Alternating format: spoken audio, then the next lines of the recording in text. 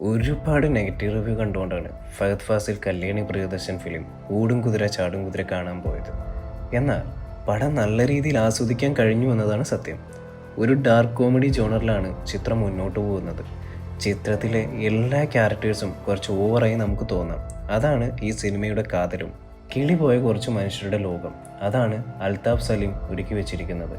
സ്വപ്നത്തിൻ്റെയും റിയാലിറ്റിയുടെയും ഇടയിൽ സ്റ്റക്കായി നിൽക്കുന്ന ചിലരെ നമ്മൾ കണ്ടിട്ടില്ലേ? അങ്ങനെയുള്ളവർക്ക് വളരെയധികം റിലേറ്റ് ചെയ്യാൻ പറ്റുന്ന ഒരു സിനിമ, ഒരു നല്ല സിനിമ. സിനിമ ആരംഭിക്കുമ്പോൾ മുതലേ ഒരു പ്രത്യേക ലോകം സൃഷ്ടിക്കാൻ സംവിധായകന് കഴിഞ്ഞിട്ടുണ്ട്. ചെറിയൊരു ലൂപ്പും റൊമാൻസും ഡ്രാമയും കോമയും പിന്നെ കുറേ കിളിപോയ മനുഷ്യരും.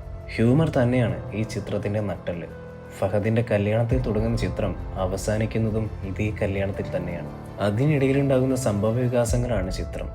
ചിത്രത്തിൽ ലാലിൻ്റെ പ്രകടനം എടുത്തു പറയേണ്ടതാണ്. കഥയിലെ സന്ദർഭത്തിനനുസരിച്ചുള്ള കോമഡി ടൈമിംഗ് ലാൽ നല്ല രീതിയിൽ അവതരിപ്പിച്ചു വെച്ചിട്ടുണ്ട്. ലാലിൻ്റെ സൗണ്ട് മോഡുലേഷൻ തന്നെ ചില സന്ദർഭങ്ങളിൽ തിയേറ്ററിൽ ചിരി പടർത്തുന്നുണ്ട്. ചില സമയങ്ങളിൽ ഇയാൾക്കാണോ ഭ്രാന്ത്, ഫഹദിനാണോ ഭ്രാന്ത്, അതോ ചിത്രത്തിലുള്ള എല്ലാവർക്കും ഭ്രാന്താണോ എന്ന് നമുക്ക് തോന്നിപ്പോകും. അങ്ങനെ ഒരു ഭ്രാന്തന്മാരുടെ ലോകമാണ് സംവിധായകൻ ഈ ചിത്രത്തിൽ ഒരുക്കി വെച്ചിട്ടുള്ളത്. ഫഹദ് ഫാസിൽ ചെയ്ത എബി എന്ന കഥാപാത്രം പുതിയൊരു രീതിയിൽ ഫഹദ് ചെയ്തു വെച്ചിട്ടുണ്ട്. ഇതുവരെ ഫഹദ് ചെയ്ത കഥാപാത്രങ്ങളിൽ പലപ്പോഴും കടന്നു വരുന്ന സൈക്കോ ഷമിയും ഞാൻ പ്രകാശൻ വേരിയേഷനുകൾ ഈ ചിത്രത്തിൽ എവിടെയും കണ്ടിട്ടില്ല. പുതിയൊരു ഫഹദിനെ വളരെ ഫ്രഷ്നെസ്സോട് കൂടി കിട്ടിയിട്ടുണ്ട്. ബാക്കി സ്ക്രീനിൽ വരുന്ന ഓരോ കഥാപാത്രങ്ങളും മികച്ചതാണ്. കല്യാണി, വിനയ് ഫോർ, ധ്യാൻ എന്നിവരെല്ലാം നല്ല രീതിയിൽ തന്നെ പെർഫോം ചെയ്തിട്ടുണ്ട്. ഡാർക്ക് കോമഡിയും ഡ്രമാറ്റിക് കോമഡിയും ഇഷ്ടപ്പെടുന്നവർക്ക് ഇഷ്ടപ്പെടുന്ന ഒരു ചിത്രം തന്നെയാണ് ഓടും കുതിര ചാടും കുതിര. ഒരു പ്രത്യേക ട്രീറ്റ്മെൻറ്റിൽ ഒരുക്കിയ ചിത്രം പലർക്കും വർക്കാവാതെയും പോകുന്നുണ്ട്.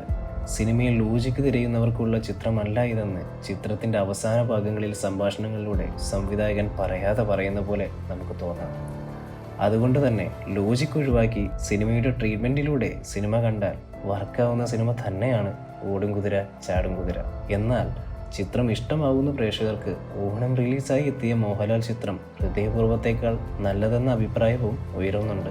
എന്നിരുന്നാലും ഓണം റിലീസായി എത്തിയ എല്ലാ ചിത്രങ്ങളും പോസിറ്റീവ് റിപ്പോർട്ടുകൾ വന്ന സ്ഥിതിക്ക് സിനിമാ പ്രേമികൾക്ക് ഈ ഓണം കളറാകുമെന്നതിൽ ഒരു സംശയവും വേണ്ട.